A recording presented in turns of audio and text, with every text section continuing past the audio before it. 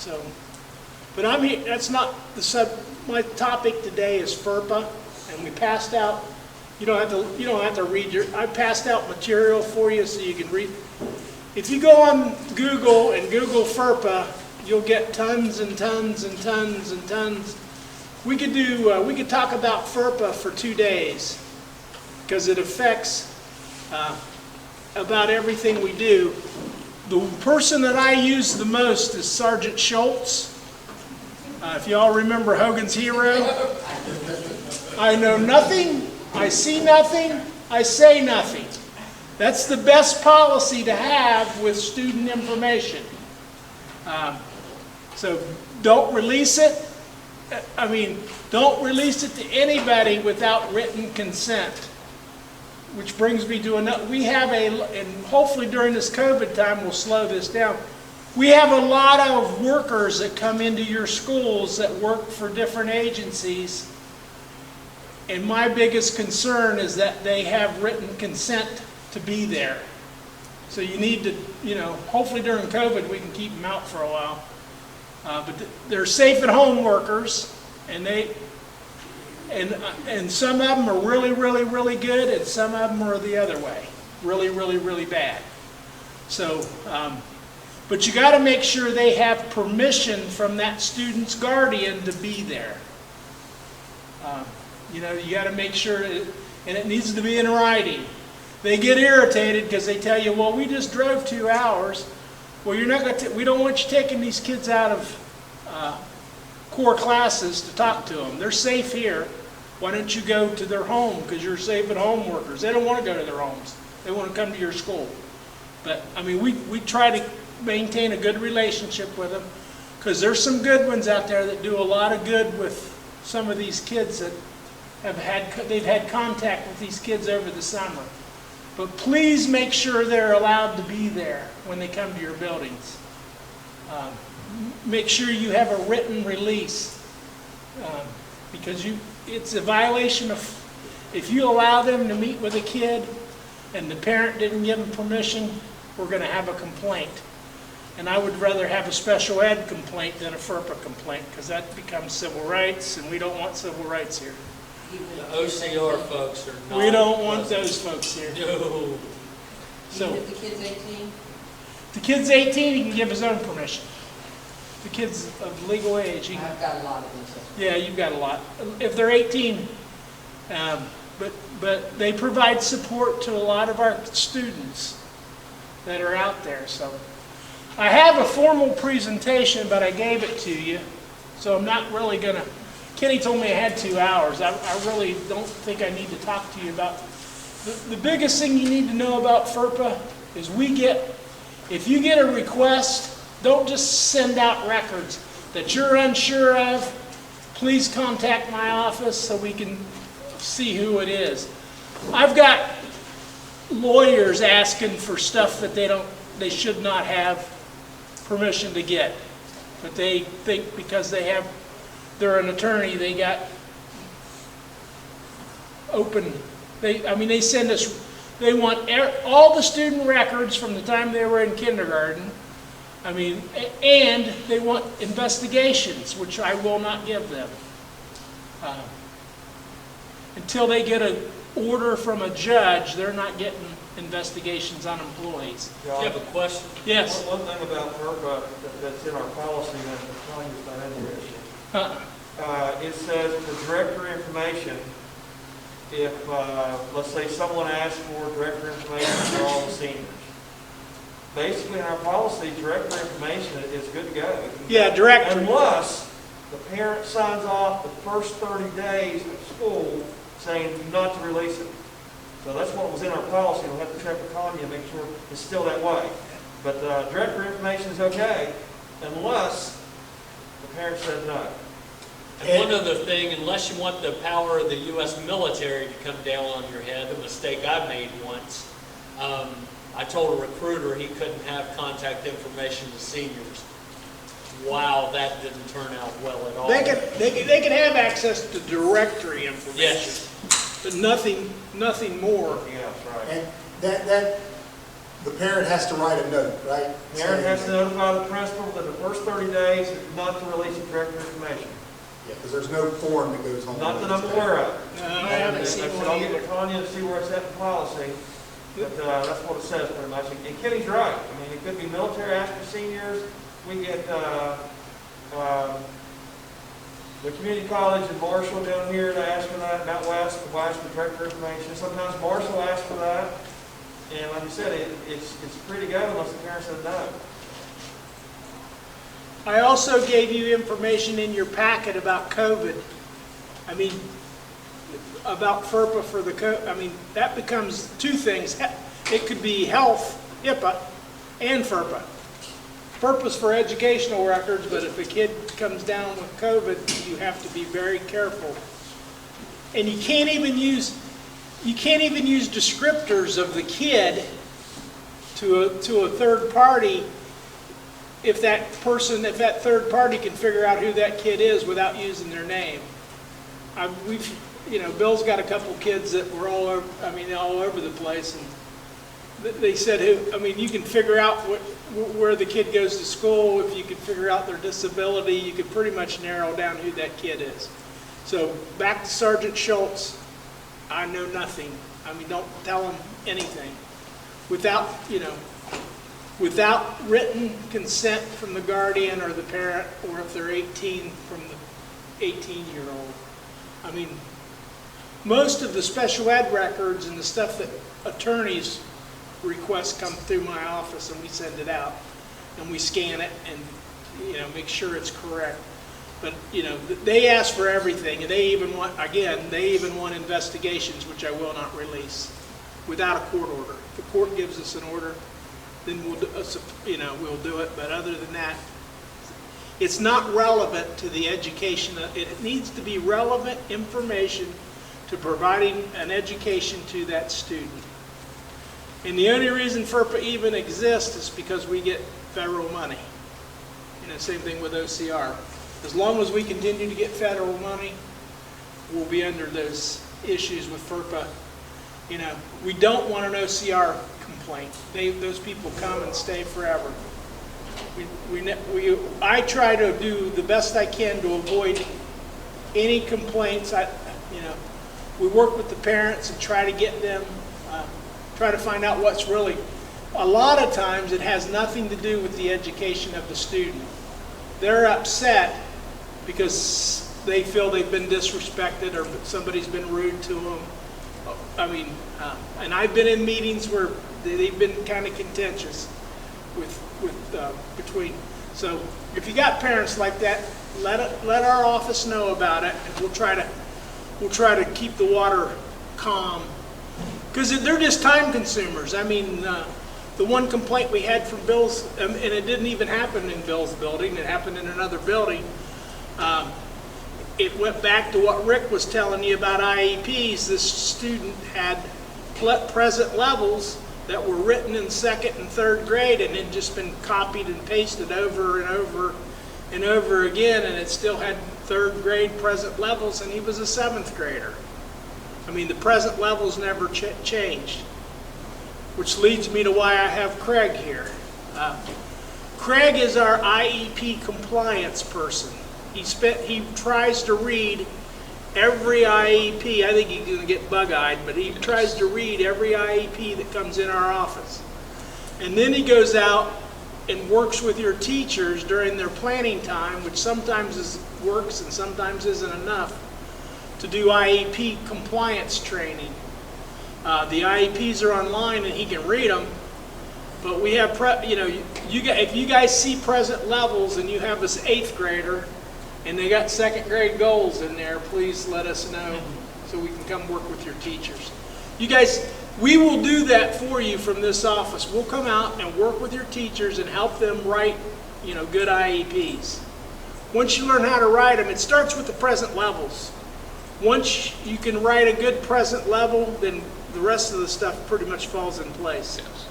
And a present level needs to be something that describes the child currently in the current grade they're in, based on how they perform in that grade versus a regular student in that grade. And we have the state, I mean, the IEP's got all kind of assistance in it. Yes. They're even, in case we go back to remote learning, they've even are going to add a distant learning plan to that IEP this year, where you can go in and do a distant learning plan for students if they're out of school. Now, if you have special ed kids that choose virtual, then you need to have an IEP meeting prior to that happening to see if that is really appropriate for that student, because that goes back to least restrictive environment. We have some students that they could do virtual and be fine. We have others, there's no way they're going to be able to do the virtual. So you know, parents will go, I want virtual. Well, you got to have an IEP meeting. You got to address that and address the needs of the kid. And then the parent, you know, the parent is just one that they, you know, we can tell them through prior written notice that it is not appropriate for them. And, you know, virtual's tough for a regular ed student, let alone a student that has learning needs. So I'll come to your schools anytime. If you want some extra training for your staff, I'd like to train each staff. I've already got one school that we're going to meet, and we're going to address the whole staff to emphasize the importance to the general ed teachers of reading those present levels, looking at their goals and their services, and understanding how to apply those, and also not just that, but how to give information to the special education teacher. I get complaints. I don't know how they're doing. That's a communication issue within the school with the teachers. But we're going to include everyone in so that the general education teacher can understand their role, because it's vital to developing an IEP, especially when you have so many kids. There's some kids who are serviced by, their IEPs are done by teachers who don't have them in class. They can get all that information if the teacher will communicate.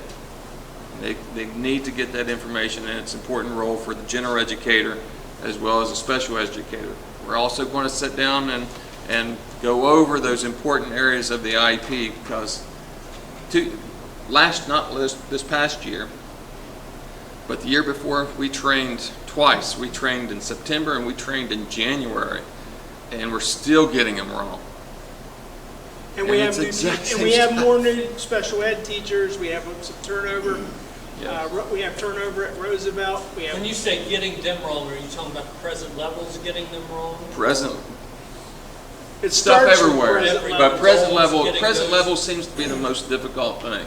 You can't tell me about a student and how they're doing in 4 sentences.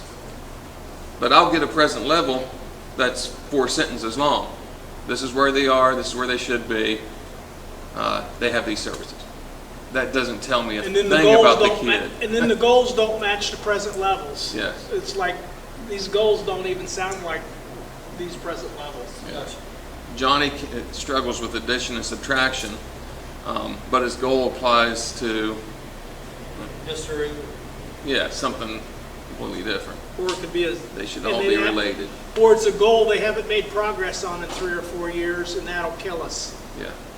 I mean, you got to show progress on goals. And teachers have to do progress report. They put it in their IEP how often they do that progress report. They have to do progress reports on those students outside of the grade card. That's another one that'll get you a complaint. I've never had a progress report on my child. We got lots of calls during the remote learning about services for students, and some of the things that were allegedly said to these parents. I always listen to the parents. I don't challenge them on the phone, and then I try to set up a meeting, because I found out over the years if you challenge them on the phone, they just go call somebody else. So I try to listen to everything they say and take notes, and then I go, I ask them if they've had a conversation with the building principal. That's usually my first question. And if they haven't, that's where we try to start with them. Most of the time, they have not had a conversation with anybody in the building. they want to go around them. Sure. So our office tries to make sure they do not go around you.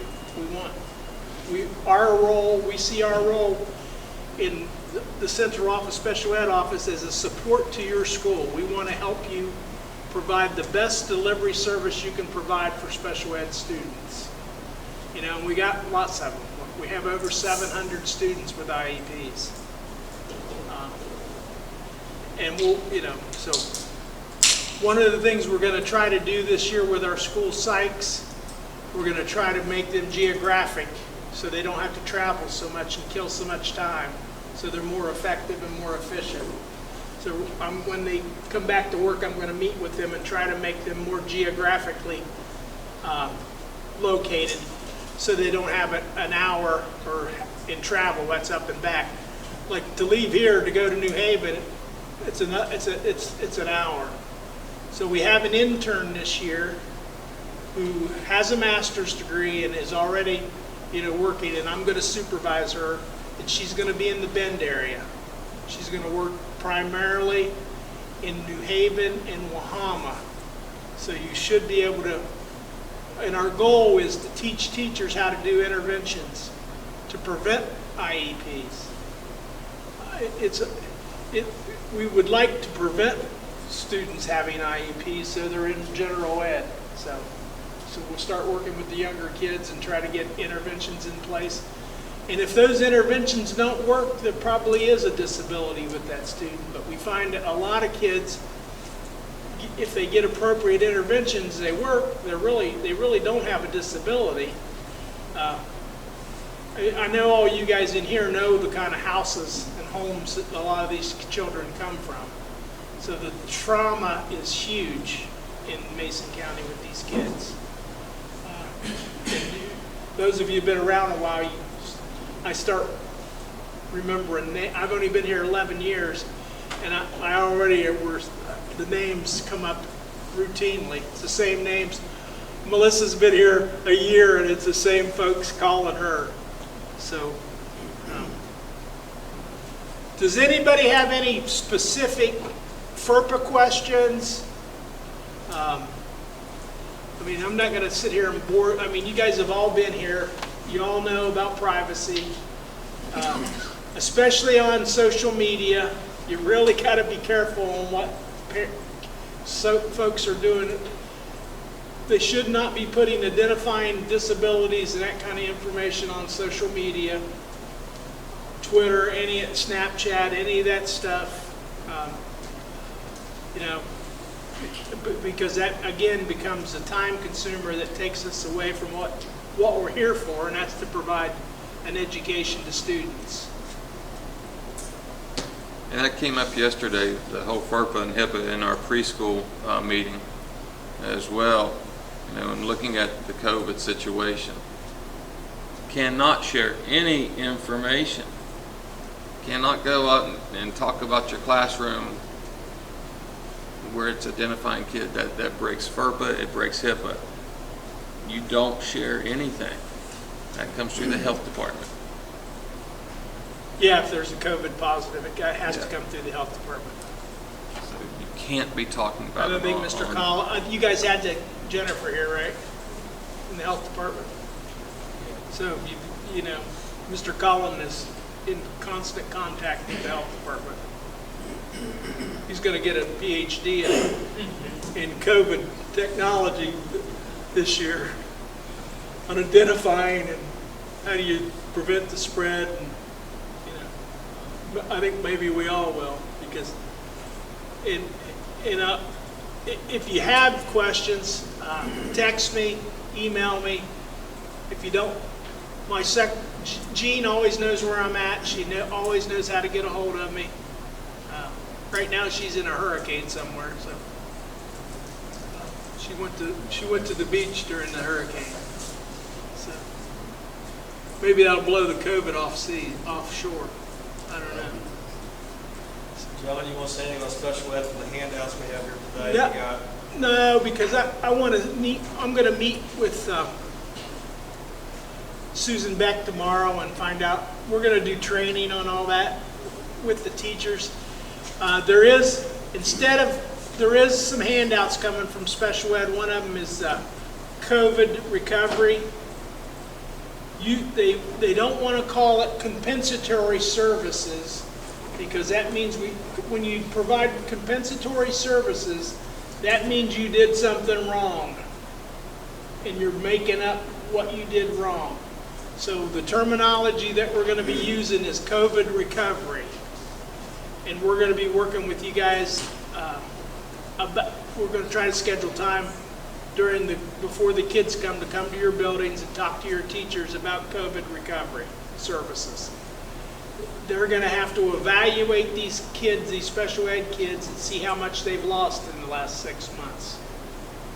To see how much, because they may need additional services to help with COVID recovery. But you guys need to know about it, but your special ed teachers are the ones that we have to get to talk to them about what form of evaluation they need to do. You know, they need to, basically they're going to have to look at their current IEP and evaluate where they're at based on their last goals, and reconvene the IEP and add additional services if they have regressed. And I'll guarantee you every one of them has regressed. They haven't been in a building for 6 months. I mean, I think some of us have probably regressed. I mean, because we haven't been teaching, it's all been remote. I mean, it's tough, and emotionally it's going to be tough on these kids. So we're here to support you. We will have, we did hire Lauren Ott back, so we have her back in the county. And then we have Morgan, who's done a good job. Yes, sir. As far as minutes and stuff on the IEP, the 2 days a week we're cleaning up on remote, do we need to do IEP meetings and revise that? Yes. It has to be revised, because unless you can provide the minutes in those 2 days, it has to be revised. Can they do like virtual stuff and offer services? Yes. That way, But it has to be delineated in that IEP from an IEP meeting. so The IEP has to be relevant and current. If it's got resource room 5 days a week and it's not relevant, So if they're going to be doing virtual stuff to make up some of those minutes, they still have to say. it has to say it. And the only saving grace for us is most of our IEPs are due in the fall. Yes. I mean, that helps us. They weren't due last spring. We moved to fall IEPs several years ago. Yes? I have a question. Okay. If they are receiving part of their services online, is that to be listed separately as incorrect? It would be indirect online. Can special ed, special educator provide a direct service virtually? The special ed, Face-to-face in a Google meeting or something? they could do it if it's like a virtual. And again, it'll depend on what the service is and how it's delivered.